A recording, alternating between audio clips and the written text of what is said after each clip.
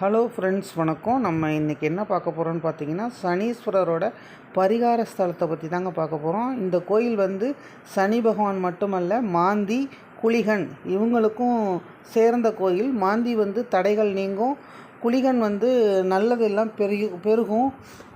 இந்த கோயில் எங்கே இருக்குதுன்னு பார்த்தீங்கன்னா, நாச்சார் கோயிலேருந்து 100 மீட்டர் தூரம் நடந்து போகிற ஒரு தூரத்தில் தாங்க இருக்குது.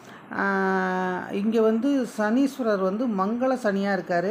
நான் அந்த கோயிலை வந்து வீடியோவில் காட்டுறேன், பாருங்கள். அடுத்த வீடியோவில் விரிவாக சந்திப்போம். Thank you friends.